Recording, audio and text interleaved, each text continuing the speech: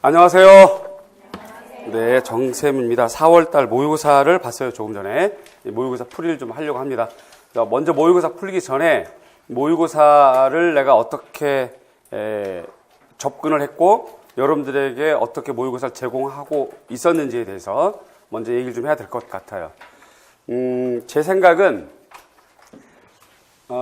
지금 2018년 4월 모의고사인데요. 이게 지금 제 생각은 먼저 첫 번째 임용고시는 매년 진보한다라고 좀 보여집니다. 조금씩 바뀌어지고 넓어지고 확장됩니다. 그런데 매년 진보하는데 이 진보의 기준점이 전년도 영역이에요. 저는 그렇게 보여집니다. 그러니까 전년도의 영역별 문제를 기초로 그 다음에 그 영역의 문제가 좀 넓어지거나 수준이 같거나 좀 깊어지거나 이렇게 늘 돼 왔거든요. 이것을 우리가 잊지 말아야 될 것 같아요. 따라서 공부하는 여러분 모두도 그렇고요. 여러분들을 안내하거나 가르치는 저 입장에서도 막연하게 모의고사를 그냥 우리가 한번 치르는 행사로 생각하면 안 되고 귀한 시간 냈잖아요. 그렇죠? 또 지방에서도 왔고 저도 문제 만들려면 아마 여러분들이 문제를 접근해서 아시겠지만 풀어봐서 아시겠지만 그냥 보통 쉽게 만드는 사람은 아니거든요. 그럼 이렇게 귀한 시간을 서로가 주고받을 때에 보다 더 알차게 하려면 제가 아주 꼼꼼하게 전년도 문제를 기준으로 문제를 만들어야 되겠다 생각을 하고 그렇게 출발해서 만들어진 겁니다. 따라서 이 문제는 오늘 여러분에게 공부의 방향을 제시해 줄 것이고 또 여러분들이 현재 상태를 진단해 줄 문제일 것입니다. 저는 그렇게 생각을 했어요. 그래서 모든 문제를 전년도에 나왔던 영역과 똑같이 냈습니다. 똑같이. 그래서 이것이 발판이 되면 여기서 출발하는 거죠. 그래서 이제 점점 이렇게 올라가게 되는데 올라가는 과정이 여기가 이제 4월 모의고사가 되겠고요. 그 다음에 이제 6월달 모의고사가 한 번 또 있을 테고, 그 다음에 이제 7월부터 이렇게 또 문제풀이랑 모의고사 형태가 이렇게 진행이 될 겁니다. 제가 어제 이제 그 심화반 수업을 하면서 어떤 말을 했는데, 그 말을 여러분들은 다르게 이해를 하셨더라고요. 예를 들어서 4월달이니까 20점만 맞자라고 제가 얘기를 했는데, 그 얘기를 여러분들은 문제가 어려우니까 20점도 못 받을 거야 라는 말로 받아들였나 봐요. 그게 아니라 공부를 많이 했던 적게 했던 초수이건 N수이건 간에 올해 시험이라면 이제 4월달 출발점이니까 이 문제에서 20점을 맞아도 충분하고 그리고 이제 다음번에 좀 올라가 이런 얘기거든요. 왜냐하면 문제의 수준은 전년도랑 수준이 똑같아요. 난이도랑 여러 가지가. 문제는 똑같은 수준을 유지하고 출제가 되는데 여러분들은 밑에부터 출발했으니까 이제 점점 올라가자의 개념이에요. 이렇게요. 만약에 문제의 난이도가 들쭉날쭉하다면 종잡을 수가 없잖아요. 그렇죠? 이렇게 들쭉날쭉하다. 그럼 어디에 기준점을 두고 공부를 하겠어요? 그럼 몇 점 맞는다의 개념이 전혀 의미가 없는 거지. 따라서 현재 출발점은 작년도 문제의 출발점입니다. 난이도도 그렇고 물어보는 방식도 그렇고 영역도 그렇고 그 다음에 해당하는 영역에서 중요한 내용은 바로 수평적인 걸 냈어요. 예를 들어서 애니메이션 하면 지난번에 셀이 나왔으면 요번에 그와 못지않게 중요한 것 옆에 있는 걸 냈다고. 그러니까 이걸 해결해야만 올해 시험에서 나머지를 여러분 해결할 수가 있는 거예요. 이걸 해결하지 못하면 나머지 거 만져봐야 이게 나와버리면 도루묵이 돼버리니까. 그래서 해당하는 영역에 중요한 것을 해결하고 출발하자의 개념이에요. 자, 그래서 지금 두 가지 말씀을 드렸는데 시험 수준은 똑같다. 그러면 이 영역별, 이 수준별, 이 난이도별로 현재 내 위치는 어떻게 되는가? 나는 공부를 했는가? 그다음에 그래서 이 영역에서 중요한 것이 또 무엇이 있었는가? 그렇다면 나는 요걸 빨리 언제까지 끝내고 그다음에 이제 좀 깊은 것 혹은 기초적인 것을 오르락내리락 하면서 자신의 성적과 수준을 계속 상향 조정해야 되지 않겠나 하는 생각입니다. 그렇게 문제를 여러분들이 접근하고 풀어나가면 되겠습니다. 1번 문제부터 볼게요.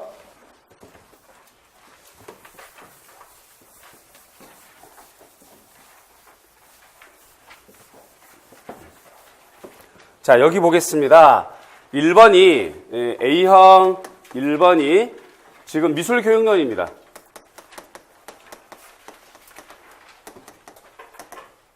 미술교육론인데, 미술교육론은 주로 무엇이 나오냐면, 미술교육론의 이론 혹은 사상과 함께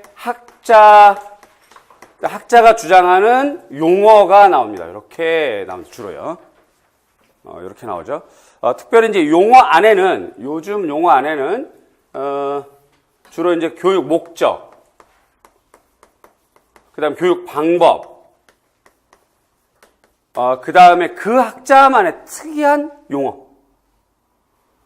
다른 학자는 그런 말을 안 했는데, 특별하게 사용하는 용어. 그렇게 해서 이렇게 묶어져서 우리는 이거를 그 학자의 특징, 이렇게 공부를 합니다. 이렇게요. 자, 그러면, 우리가 미술교육론 이론과 사상을 흐름선상에서 얘기를 하자면, 여러분 잘 아는 표현, 기능, 중심, 미술교육이라고 하는 이론과 사상이 있어요. 그렇죠? 그 다음에 이어져서 창의성, 중심, 이론과 사상이 있고, 이 시절에 같이 전개됐던 재건주의 사상이 있습니다. 이렇게요. 그 다음에 이어져서 이해중심,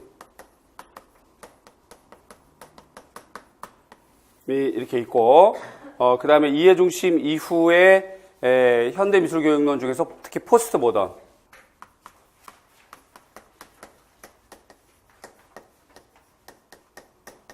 포스트 모더니즘이라고 하는 이 이름 하에 여러 가지가 있죠. 여러 가지 중에서 시각문화가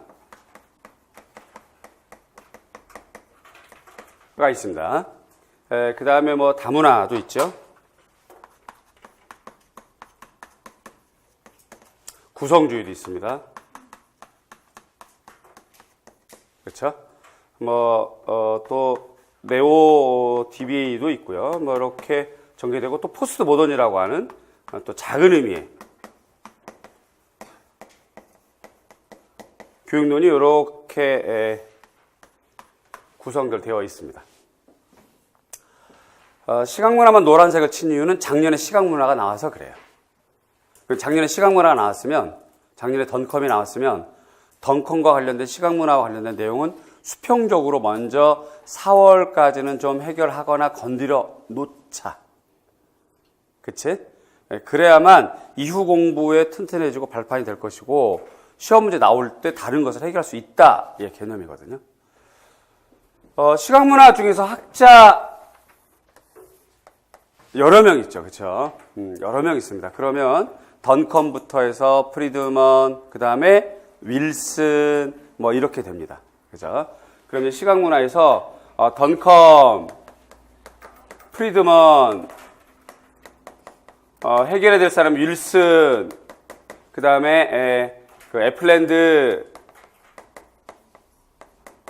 기타 등등이 쭉 있는데, 작년에 던컴이 나왔으면 당연히 올해 여러분들 출발할 때 당연히 이 사람들 먼저 체크를 해 나가야 되겠죠. 그 부분을 1번 문제를 통해서 점검해 보시라, 이런 말씀이에요.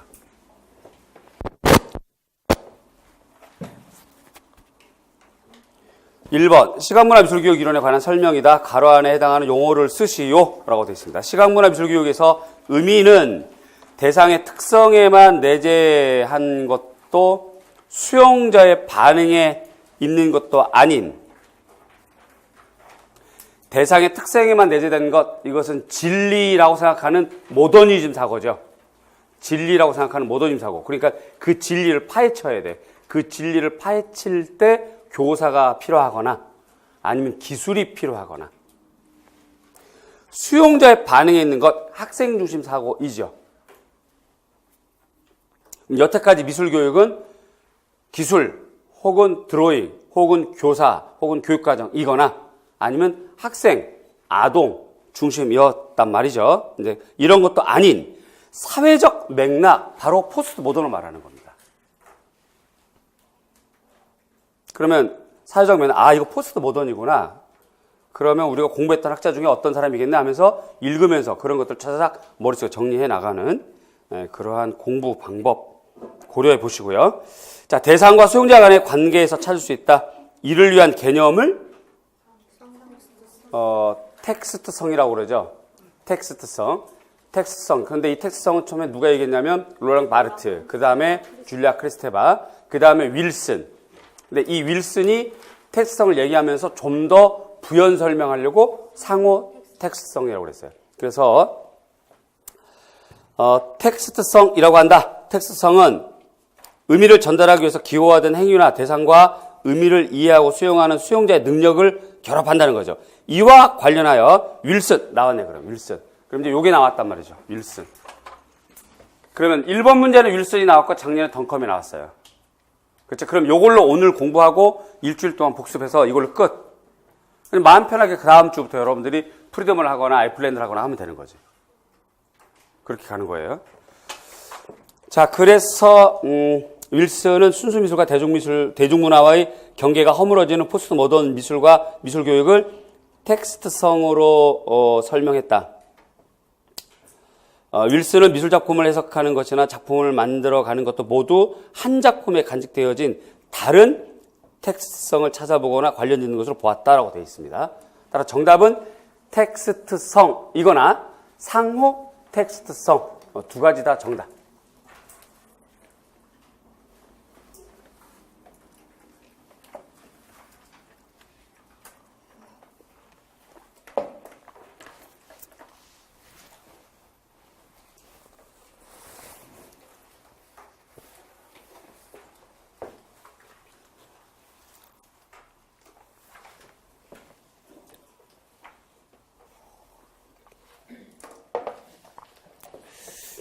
2번이 보기에 따라서 영역이 좀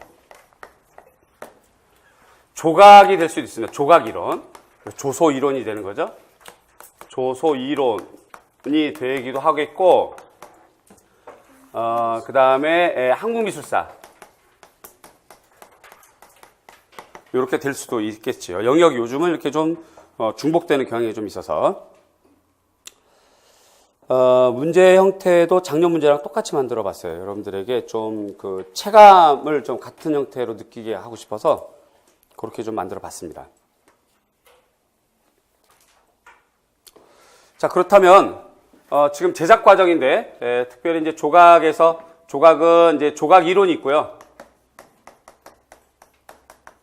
그 다음에 조각사가 있는데, 이 조각사는 미술사로 접근하는 것이고, 조각 이론은 제일 중요한 것이 제작 기법을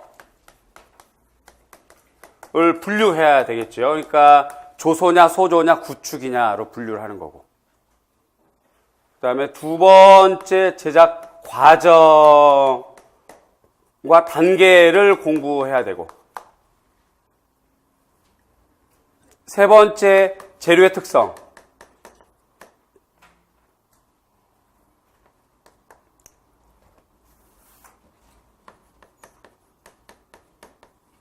재료의 특성을 이야기를 해야 되겠어요. 이제 이후로는 아마도 유치하지만 용구도 나올 수 있을 것 같아요. 재료와 용구이기 때문에. 아주 유치하지만, 이렇게, 재료와 용구, 조각칼부터 시작해서 여러 가지 용구들이 있거든요. 그것을 내가 왜 그러냐면, 2015학년도, 그 문제에서도, 도자공예랑 조소랑 영역을 혼합해서 문제가 나왔었어요. 그러니까 이제 조소에서 흔히 사용하지 않는 기법을 도자에서 사용하거든요. 흙을 다룬다고 하는 입장에서 같은 거라서 문제가 같이 냈더라고요. 네, 그런 측면에서는 앞으로는 이렇게 내는데 여태까지는 어쨌든 이렇게는 나왔어요. 그동안 안 나왔던 플라스틱이라고 하는 합성 수지까지 나왔으니까 실리콘 여기까지는 여러분 정리를 해야 된다는 것이고 그 다음에 이제 얘는 지금 조각사니까 오늘은 얘기할 필요가 없고요. 한미사 같은 경우 조각과 관련돼서 나온다면, 이렇게 된다면 얘는 뭔 얘기냐면 불상조각이죠. 불상조각.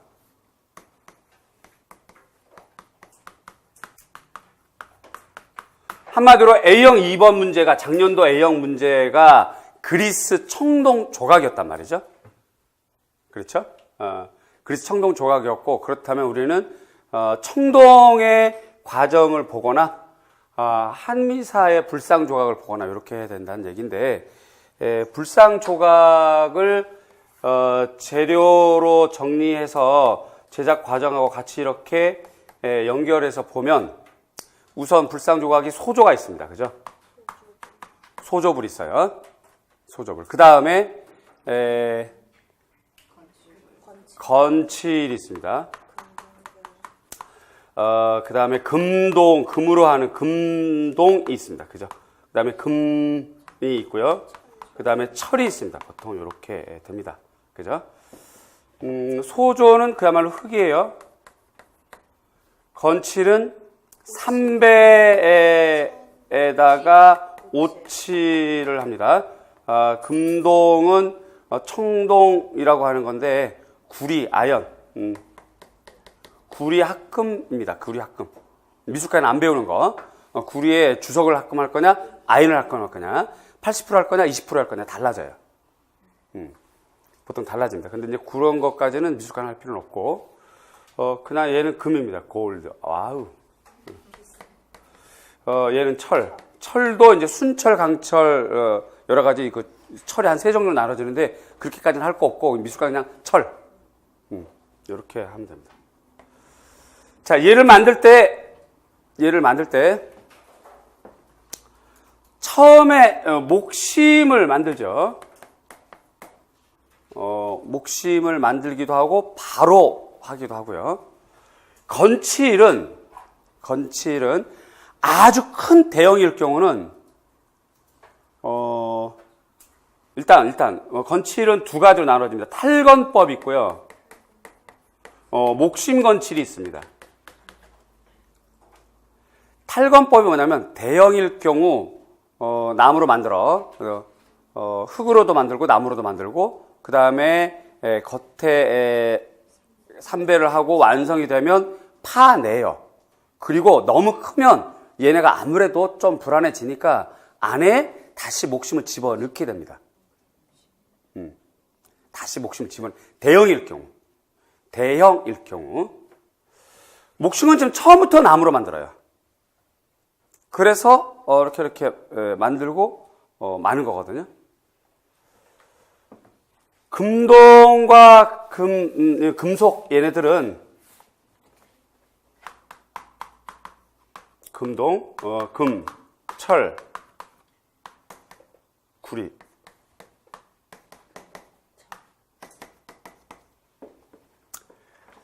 얘네들은 내부에 흙으로 만들었다가 밀랍을 사용합니다. 밀랍. 그죠? 역시 흙으로 만들었다가 밀랍을 사용합니다.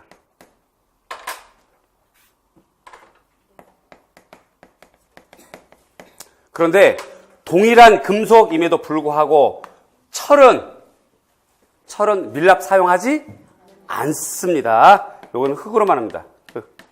그래서 밀랍 사용 안 합니다. 얘는. 이렇게 구분하셔야 돼요.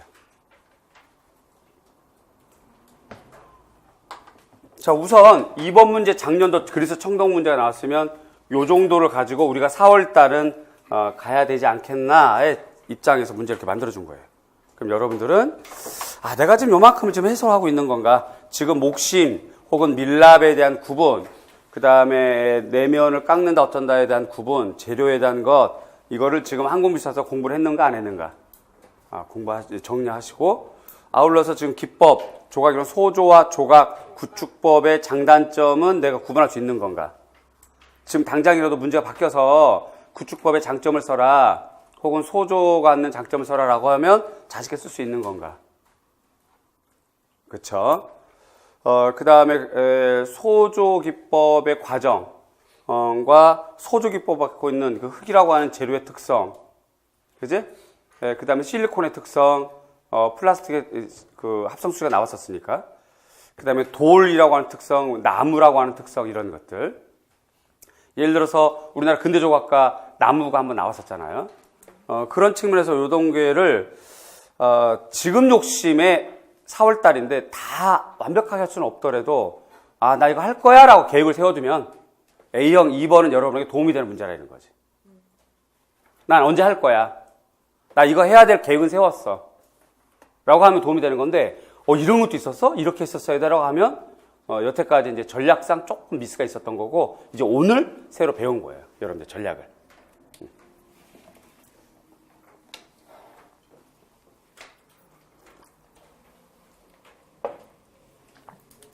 자, 그러면 금동불상을 제작하는 데 있어서 필요 없는 건 뭐예요, 지금?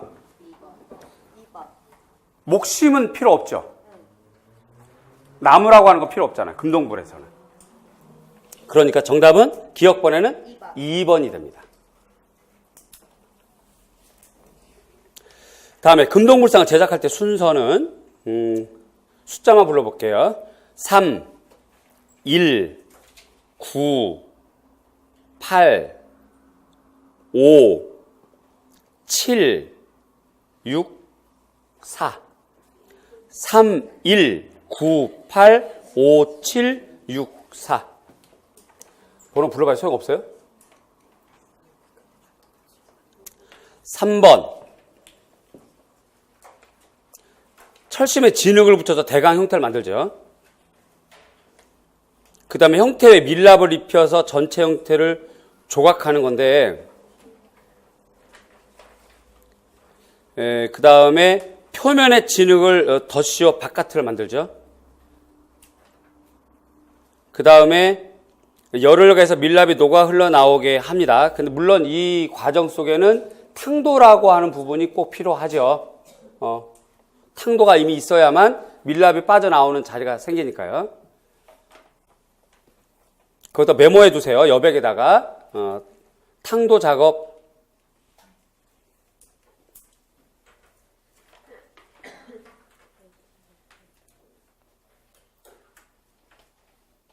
자, 그래서 노쇠물을 안틀과 바깥틀 사이로 부어 넣지요.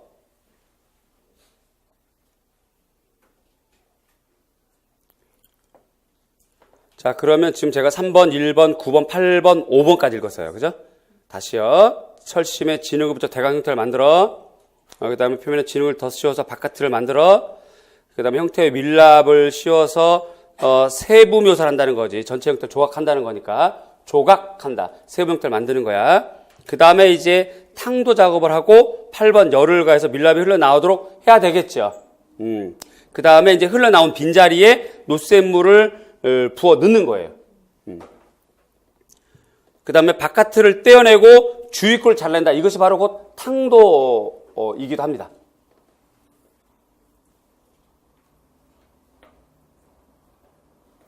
그 다음에 이제 탕도도 되지만 탕도 외에 좀 대형일 경우, 특히 작년도 그리스 청동 같은 경우는 이제 얘네들이 좀 안정적으로 하려면 탕도 말고 지지대와 같은 아주 얇은 고정 틀이 있어요. 고정새들. 그것이 틀 고정새를 제거하는 건데, 이거는 있을 수도 있고 없을 수도 있습니다. 과정에서 형태가 큰 건가 복잡한 건가에 따라서 자칫 무게중심 때문에 이게 깨질 수도 있잖아요. 그래서 안정적인 작업을 하려고 다양하게 그물처럼 이렇게 막 고정, 우리가 여러분 교통사고 심하게 나신 분들 보면 이거 석고 대고 여기다 또 겉에 또 이렇게 쇠 대고 여기다 막 침을 막 박아놓고 하는 것처럼 안정적으로 움직이지 말라고 하는 거, 뼈 이렇게 좀 고친 사람들, 그런 것처럼 고정쇠를 제거하는 과정이 있는데, 고정쇠를 제거할 만큼 복잡한 것일 있고 아닐 수도 있어요. 그래서 지금 그 6번 과정은 있을 수도 있고 없을 수도 있다는 거. 그 다음에 고정쇠를 메꾸고 완성해서 닫는다, 이렇게 되는 거지.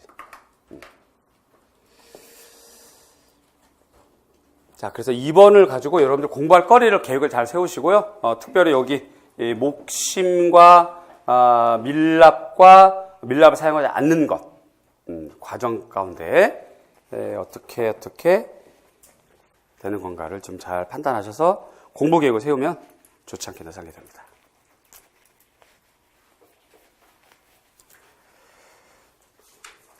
자, 3번 넘어갑니다. 3번은 작년도 문제가 이제 키아로스크로 명암법에 관련된 건데, 그렇다면 조형유사 원리와 관련된 거잖아요. 따라서 조형유사 원리는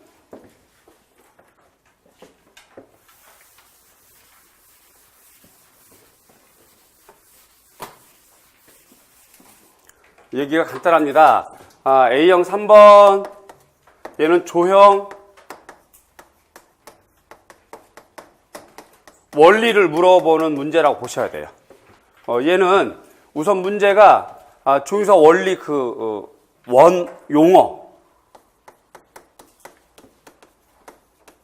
용어 자체가 나오기도 합니다. 예를 들어서 뭐 가번, 나번, 그래서 가에 뭐라 막 써 있는데 가로 열고 그래서 뭐다라고 하고 작품을 주죠. 이렇게.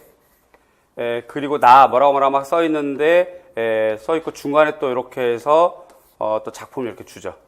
그래서 여기 이제 기역, 뭐 니은 이렇게 나오면 기역 니은에 들어갈 용어를 써라. 예를 들어서 율동, 반복, 뭐 균형, 뭐 대칭, 뭐 이런 식으로 그렇게 문제를 내는 원용어 문제들이 종종 나오기도 하고요. 두 번째가 지금처럼 활용이 나오는데, 활용은 어떻게 공부를 해야 되냐면, 여러분들 기본서에 조형유사 원리에 보면 그 순서가 있어요. 그렇죠?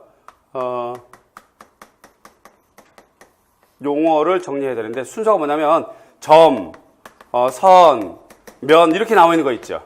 그리고 뭐 색, 뭐 형, 혹은 형태, 뭐 이렇게 나온 애들이 있어요. 가까이 나와 있는 애들에 대한 사례, 요거를 좀 공부하시는 것이 좋겠고, 요건 이미 다 공부가 됐고요. 요것을 무엇으로 응용하느냐? 교과서로.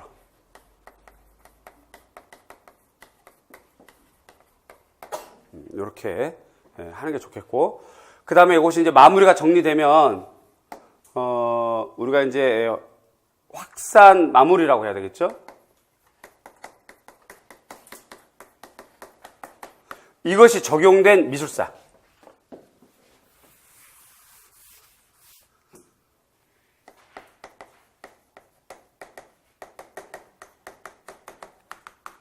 여기까지 정리하면 조형유사 원리는 공부 다 한 거야. 한 두어 달 안 해도 돼.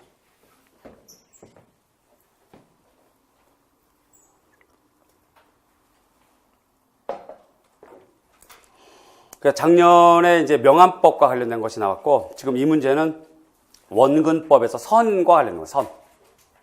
선원근법, 원근법에는 선원근법이 있죠. 그죠? 선원근법.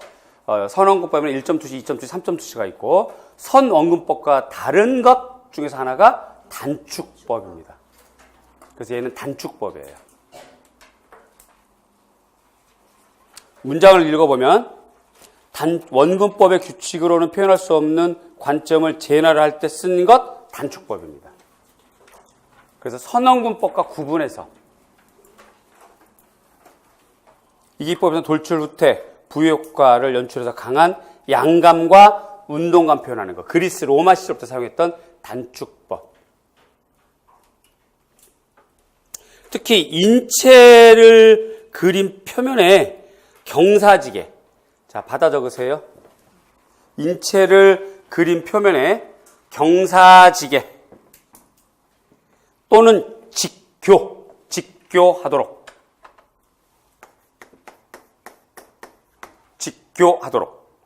경사지게 혹은 직교하도록 배치하여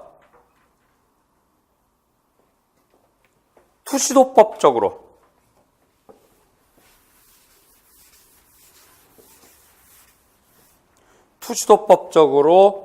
감축되어 보이게 하는 기법.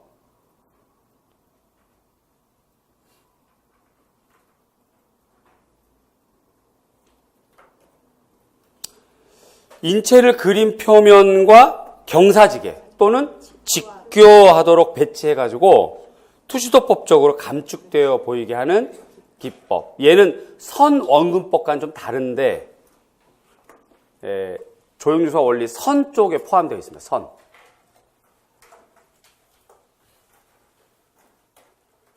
자, 우리가 한번 되돌아볼까요? 점과 관련돼서, 점선면 할 때 점과 관련돼서 미술사 적용. 점. 시인상파 무슨 법? 점묘법이라 하면 안 되고 분할묘법. 그런 거예요. 그런 거. 그런 거. 그죠? 명암, 작년 이제 끼아르스크로, 이제 앞으로 나올 거 테너브리즘. 그런 거. 선, 당연히 선원근법 1.2시, 2.2시, 3.2시. 그 다음에 작년에 나왔던 거 동양의 원근법, 개화법, 평행, 그 패럴렐리즘, 평행투시. 그와 함께 단축법. 이건 해결해야지, 수평적으로. 시험에 나온 것들은 수평적으로 해결해야지. 다시 말해요. 서양의 선원근법. 그쵸? 서양의 선원근법 1.2시, 2.2시, 3.2시. 그거와 별개로 동양에서 주로 많이 사용하는 거. 개화법, 평행투시라고 하는 개화법, 패럴렐리즘, 개화법. 요거와 다른 거, 인체를 직교, 경사지게 배치해서 출수법처럼 보이게 하는 거, 단축법.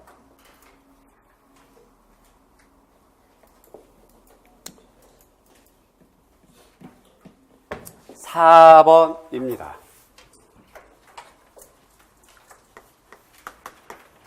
자, 이 4번 정도까지만 이렇게 설명을 하고 나머지는 설명을 진행을 좀 빨리 할게요. 나머지는 여러분들이 알아서, 이제 패턴을 알았어. 공부 내가 그럼 계획을 앞으로 이렇게 세울 거야. 전략은 이렇게 세울 거야.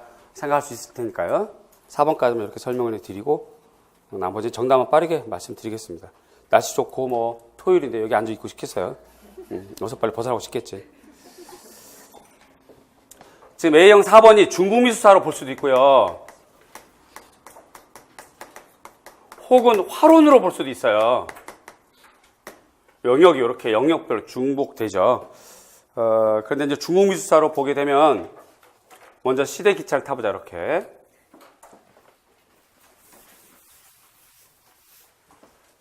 그러면 여기 이제 위진남북조 먼저 이렇게 얘기를 하고,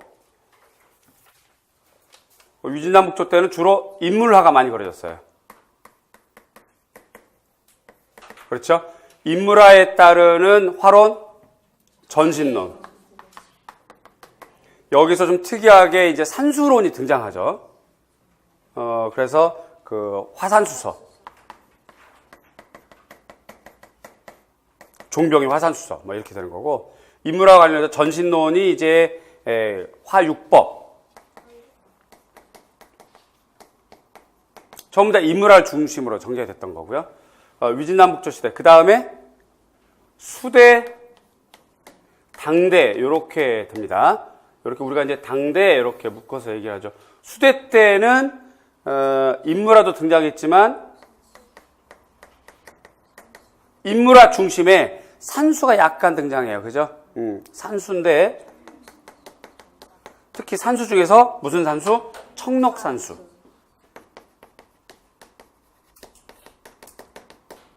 이렇게 전개되고,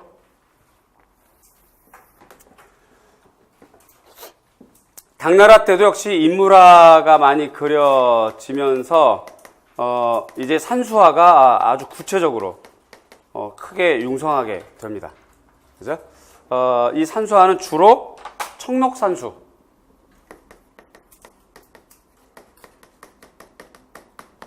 그 다음에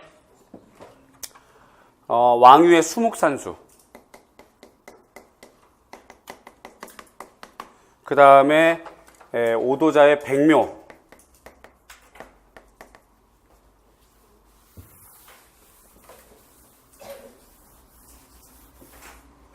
이렇게 전개되고, 그 다음에 이제 5대라고 하는 특이한 시대가 좀 있었어요. 한 60년대 전쟁의 시기. 그 다음에 이제 송대인데, 송대를 이제 북송으로 이렇게 먼저 얘기를 하죠. 그래서 북송 시절이 문인화, 중심시대였고 남송시대가 화원화 중심시대였단 말이죠.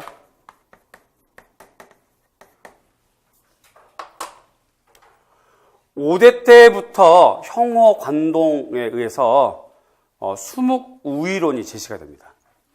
여기서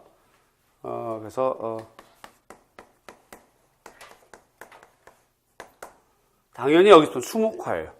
그럼 이렇게 되는데 요 과정 속에서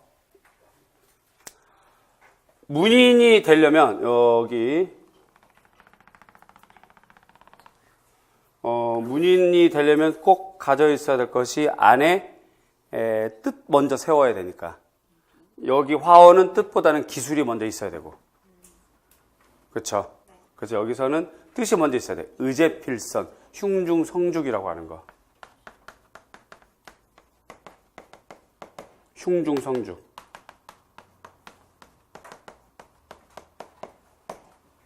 요런 것이 깔려 있어야 문인화가 기초가 되죠. 그런데 얘네는 수묵으로 그립니다, 보통. 그래서 이 수묵에 대해서 얘기를 좀 해야 되는데 이 수묵에 대해서 수묵을 어떻게 사용할 거냐를 처음부터 언급했던 사람이 바로 요 시절에 중요한 사람이 한 명 있어요. 그게 이 문제입니다. 당대 장조라고 하는 사람은 수묵산수화론을 제시했는데요. 밖으로는 조화를 배운다. 외사 조화. 화가가 객관적 사물에서 성취한 창작의 원료로서 화가가 묘사하는 대상에 충실한 거고요. 안으로는 마음의 근원에 젖는다. 중득심원. 화가는 그가 표현하고자 하는 대상에 대해서 분석하고 연구하고 판단해서 머릿속에서 이를 가공하는 거야. 개조해야 돼. 이러한 외사조와 중득심원이라고 하는 예술 창작 법칙이 굉장히 미술에 대한 인식이 심화이면서 중국회화 1000년 가까이 진행되는 과정에서 가장 기초됐던 당대 장조의 외사조와 중득심원. 그래서 이게 이제 기역, 니은, 외사조와 중득심원 이렇게 되는 거거든요. 요걸 기준으로 이제 요게 나오는 거예요.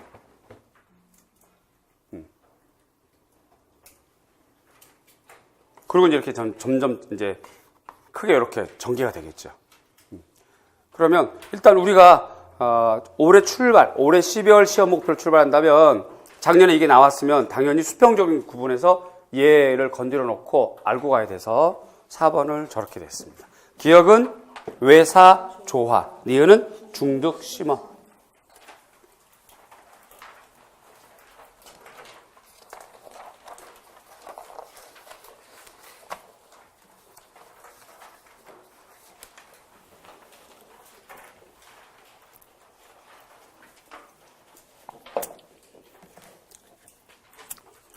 문제가 넘어갈수록 얼굴이 점점 어두워지는데 점수와 관계없죠.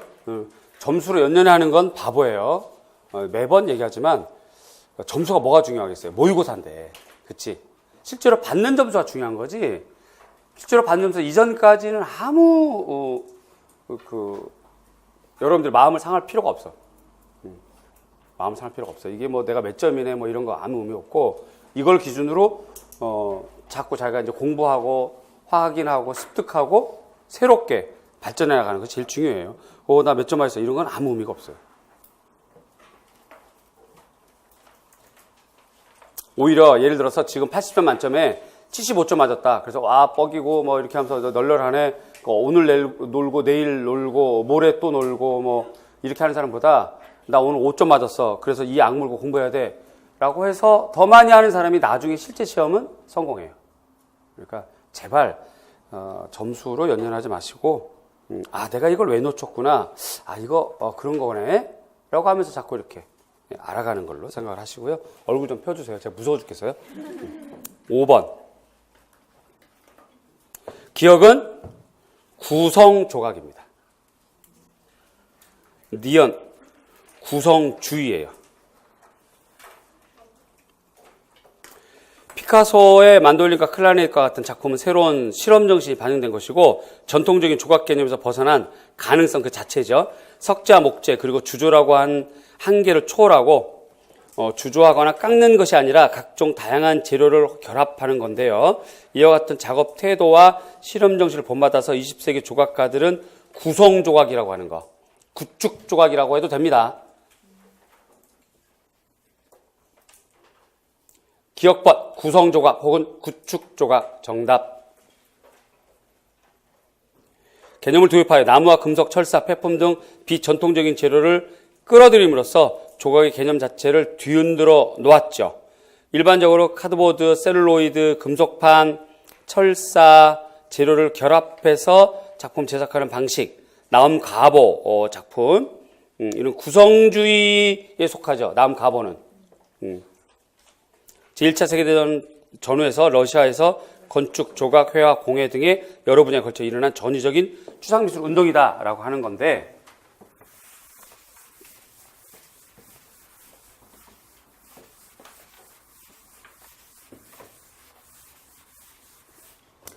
보세요. 조각에 대해서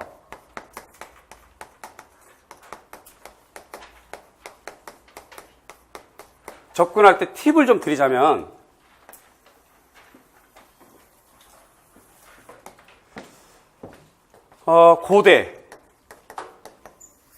고대의 주제가 주로 신화이거나 영웅이에요.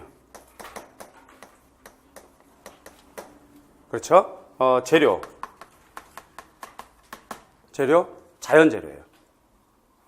자연재료. 그래서 돌, 나무, 흙, 이렇게 되죠. 중세는 그야말로 신 혹은 성경이에요. 그래서 재료가 그냥 건축 안에 포함된 거예요. 건축 안에 포함된 거. 좀 더 구체적으로 보자면 여러 가지 회화 혹은 재단화, 모자이크, 벽이 건축에 귀속된 거. 그래서 따로 특별히 볼 게 없고. 그 다음에 이제 르네상스. 역시 이 영웅이죠. 당대 영웅. 또 이제 신화에서 나온 사람들도 일부 하게 되고요. 재료가 역시 자연입니다. 그 다음에 이제 계몽부터, 바로크부터 시작해서, 우리가 이제, 낭만까지를 이렇게 얘기를 합시다. 그러면 우리가 계몽이라고 얘기하고, 이걸 우리가 근대라고 이렇게 보통 이렇게 다 묶어서 얘기할 수 있겠죠. 다시 얘기합니다. 바로크 시절부터 시작해서, 로코코, 신고전, 낭만. 그 다음에 이걸 시대적으로 얘기하면 계몽주의 시대, 근대 시대 이렇게 얘기를 하게 되죠. 역시 주제가 계속 똑같이 영웅이거나 신화이거나 보통 이렇게 돼요. 역시 재료도 자연재료입니다. 이럽니다. 자, 그런데 이제 일순간 바뀌죠. 갑자기 근대 현대 조각가라고 하는, 여기 오락가락하게 되는데 근현대 조각가라고 하는 여기에서 특히 로댕부터 좀 달라져요. 얘기가. 로댕의 주제는 인간입니다. 인간. 특히 인간의 고뇌. 그죠? 자, 재료가 자연재료예요. 자연재료에다가 이제 청동이 도입이 됩니다. 청동. 물론 청동이 그전에도 사용됐지만, 주로 많이 좀 이렇게 더 많이 쓴다는 거죠. 여기서도 이제 흙으로 썼다면 청동 주물기법 쓰게 되는 거니까. 자, 여기서 이제 요렇게 멈추면 좀 곤란하고요. 여기다 이제 추가를 해야 될 것이 뭐냐면, 그러면 장소와의 관련성은 어떻게 되는 거냐? 여기에 들어가야 돼요. 다행히 내용이 귀속됩니다. 내용이 귀속돼요. 내용이 귀속됩니다. 내용이 귀속돼요. 여기 건축이 귀속됩니다. 여기는 내용에 귀속됩니다. 그러면 내용에 귀속된다면 그 내용과 관련성이 있는 곳에 세워야 되겠죠. 네. 뭐가 필요해? 좌대가 필요해요. 네. 이 좌대는 내용이 귀속되는 거야. 그걸 우리는 장소 특정적이라고 그래요.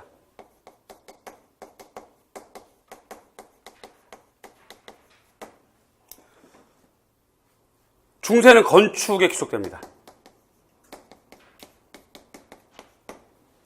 여기 좌대를 중심으로 장소 특정적입니다.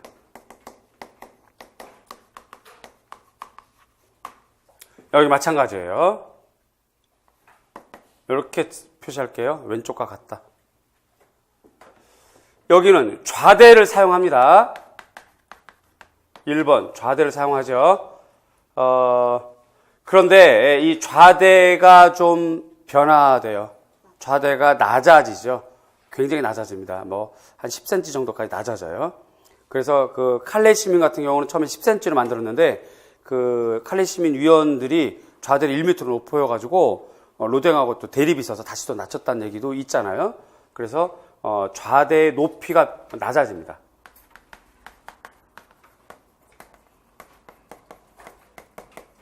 좌대 높이가 변했다는 것은 장소 특정적 사고가 약해진다는 거죠.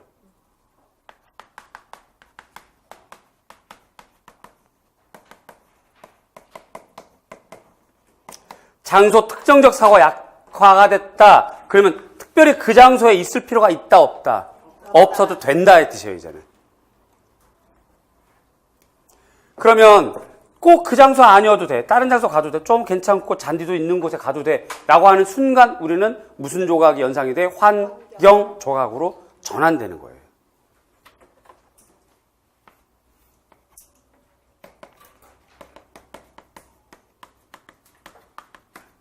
환경 조각으로 전환.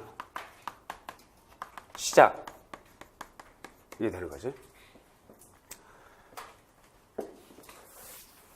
지금 이 시간이 우리가 이론 수업이 아니라서 이걸 자세히 또 할 수는 없고, 브루델 그렇고, 그 다음에 뭐 마요르 뭐 그렇고, 그 다음에 너무 중요한 브랑크시 뭐 이렇게 되고, 뭐 이렇게 되지만 어쨌든 여기가 현재 이제 1900년대. 1900년대 진행되고, 역시 브랑크시 그렇게 되고, 1900년대 초반에 이렇게 전통적인 재료를 사용했다가 급격하게 또 바뀐 데가 바로 구성주의, 러시아 구성주의. 아, 이걸 굉장히 저 밖에서 이렇게 중요하게 생각하는군요. 아니, 감탄을 하네.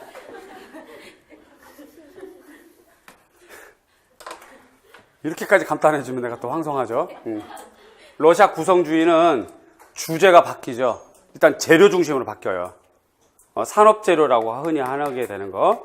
우리는 이 산업재료라고 하는데 요 말만 기억하지 마시고 지금 있는 문장을 기억하셔야 돼요. 거기 있는 거 뭐뭐뭐 돼 있어요?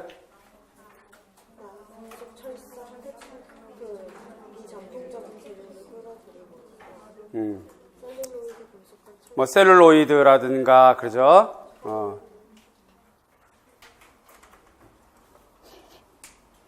유리 뭐 이런 거, 철,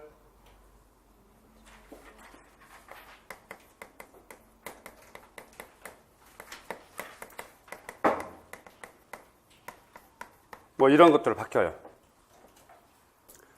여기에 따르는 주제가 바뀝니다. 그래서 시간, 공간, 그죠? 또 재료의 특성, 운동감, 뭐 이런 것들로 자꾸 바뀌어요.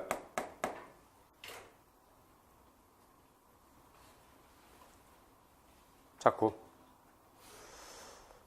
당연히 장소하고도 관계가 없어집니다. 중요한 것은 여기다 또 하나 이렇게 되면 여기 하나 더 추가가 돼야 되지.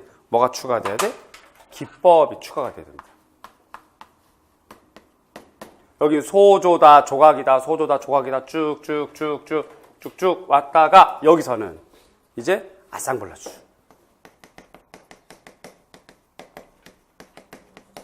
용접. 이런 것들이 되는 거죠. 그러다가 공간의 개념이 좀 더 확고해지면 테크놀로지와 만나서 설치가 이제 60년대 넘어가게 되는 거예요. 설치.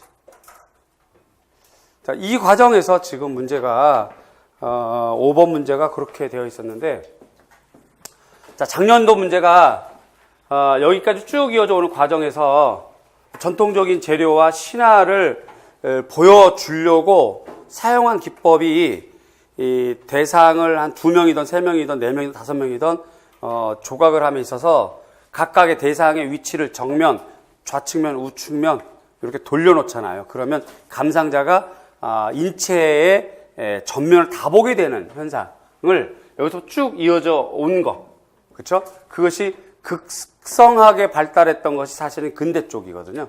그 로코코 조각에서 낭만주의와 로코코 조각에서 특히 여러분들 그 낭만주의 조각가 리드 아시죠? 개선문에 있는 고부조 리드 검색해 보세요. 표정을 보니까 표정이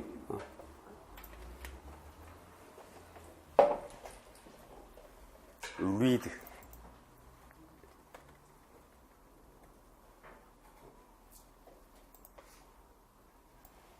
이거 잘 기억하시죠? 화면이 좀 조금 안 나오는데 잘 나온 걸로 볼까요? 이거 좋다, 이거. 네. 이걸 보면 지금 전쟁의 여신을 중심으로 밑에 있는 의병들이 돌아가는데 가만히 이 사람들의 면을 보세요, 면.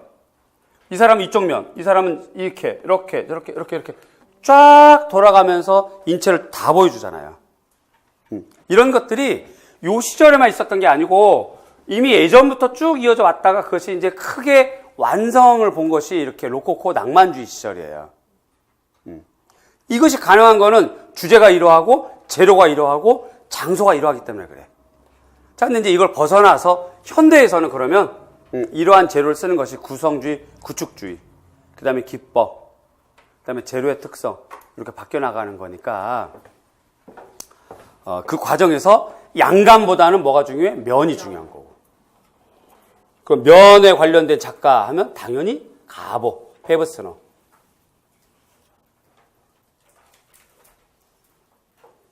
그래서 작년도 4번 문제와 이번 4번 문제를 가지고 여러분들 수평적으로 놓고 보서 자기의 실력을 놓고 보고서 난 이렇게 좀 이걸 적당히 전략적으로 해결하고 있는 건가, 방향을 잘 잡고 있는 건가를 점검해 보시면 좋겠다.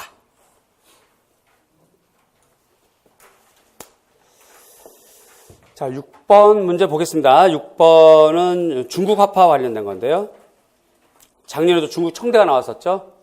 자, 이번에도 중국 청대 마무리하는 겁니다. 중국 청대 초기 17세기 황산에서 승려 생활하던 홍인, 그 다음에 승려로서 자유롭게 다니면서 창제에 전념했던 석계, 팔대산인 석도에서 개성적인 화풍이 형성됐다. 이 화파는 가와 같이 표현적이면서도 거친 준법을 구사하거나 당시 유행하던 방작을 외면했거나 또 이들은 기이하게도 윤곽선을 많이 쓰고 각이진 형태로 황산을 표현했다. 괴란감이 넘치는 황산의 모습도 기하학적인 형태로 표현하였는데 이것은 당시까지 중국화에서는 찾아보지 못했던 새로운 것이다. 특히 윤곽선 중심으로 그렸던 그림들은 판화로도 많이 제작이 됐다는 거죠. 그래서 외국 많이 소개됐고요. 이 판화가 우리나라에 1600, 1700년대, 1800년대 계속 이렇게 소개가 됩니다. 1700년대까지도. 그래서 일부 학자들은 우리나라 조선 후기 말쯤에, 조선 말기 말고요. 조선 초기, 중기, 후기 말기로 갈 때 후기 중에서도 후기 쪽에 영향을 굉장히 많이 미쳤다. 그래서 우리나라 강세왕 그림 태서법에 이렇게 윤곽선이 있는 거, 그런 것도 이 판화 영향이다 라고 이렇게 보여지기도 하고 그래요. 자, 어쨌든 산수판화로도 크게 해서 명성을 덜진하거나 소원종이 있다 라고 됩니다. 자, 그러면 기억번, 이 화파 명칭은 황산파.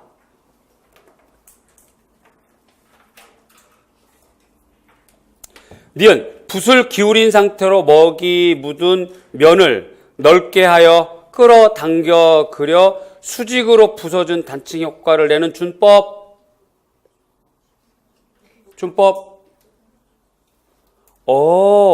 그렇구나. 먹이 묻은 면을 넓게 해서 끌어당겨 수직으로, 수직적! 딱 하는 순간 섭섭해지죠. 문제를 너무 성급하게 풀면 안 돼요. 왜냐하면 그 다음 주 이 준법은 북송 말에 시작돼요. 그럼 수직준 하면 누가 떠올라요? 정선. 아, 정선이 북송에도 살고 조선 후기도 살고. 아, 도깨비가 따로 없네. 그렇게 하면 안 되는 거야. 그러니까 문제를 끝까지 잘 읽어야 돼. 이 준법은 북송 말에 시작돼서 북송 말에. 북송 말에. 그래서 남성적이고 힘찬 양감의 아름다움을 나타내는 데 적합한 준법이야. 자, 이거 봅시다. 여기를 좀 보자고.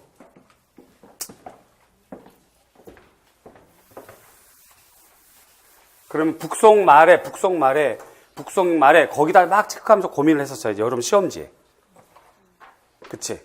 여러분 시험지에 북송말, 이게 뭐지? 막 거기 막 시커멓게 체크하면서 고민하고 풀었었어야지. 그러면 기차를 타보자. 여기가 북송이에요. 당연히 남송이 있겠지?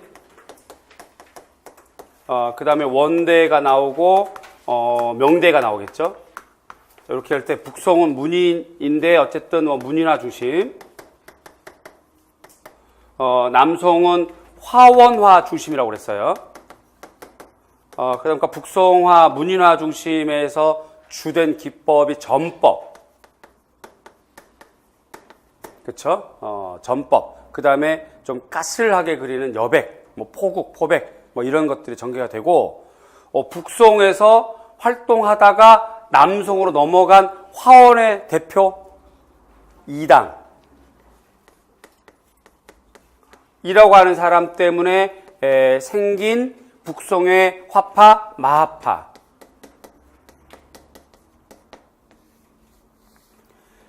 마하파. 이 사람은 화원, 이 사람들은. 그런데 마하파 말고 이당으로부터 파생되어서 나온 남송 선종화.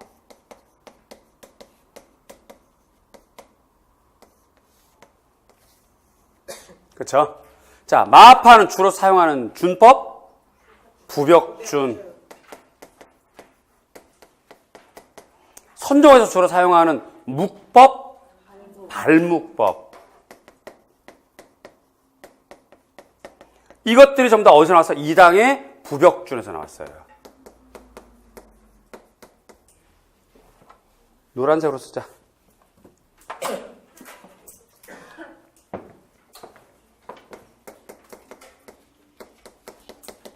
부벽준으로부터 파생된 것이에요, 이게요.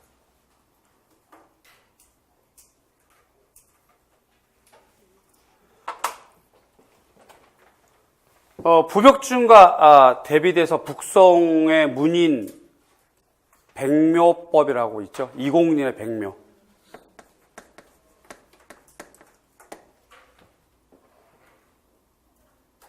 그렇죠. 그러면서 이 부벽준이 발묵법까지 파생된 이 부벽준이 명나라 절파에 영향을 주게 되고,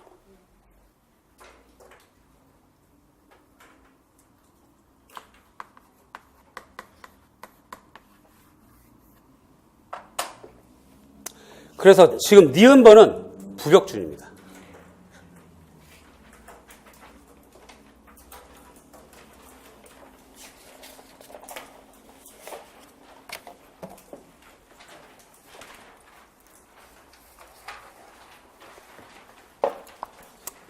(7번) 작년에 색채조화로 나와서 우리도 한번 또 내봤습니다.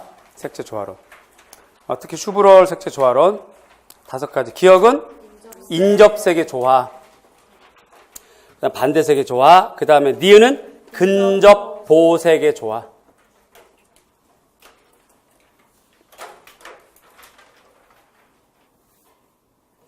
그 다음에 등간격 3색의 조화, 그 다음에 주조색의 조화. 이렇게 됩니다. 이런 거는 여지없이 외워야 되는 거라서 잘 좀 설명을 읽어두시고 정리하시길 바래요. 슈브럴의 5가지 원리. 다시 한번. 기억은 인접색의 조화. 니은은, 그 다음에 반대색 조화는 써 있고요. 니은은 근접 보색의 조화. 다음 8번. 애니메이션에 관련된 건데, 정답은 로토스코핑이에요. 컴퓨터가 그래픽도가 되면서 로토스코핑을 이용한 애니메이션 제작은 훨씬 수월해졌다. 그림 1에서 3에서 볼 수 있듯이 순수주의자들은 눈속임이라고 할지 모르지만 그것은 예술적 느낌으로 사실적인 액션을 생성하는 데 효과적인 방법이다. 한마디로 줄여서 매우 사실적이라는 거죠.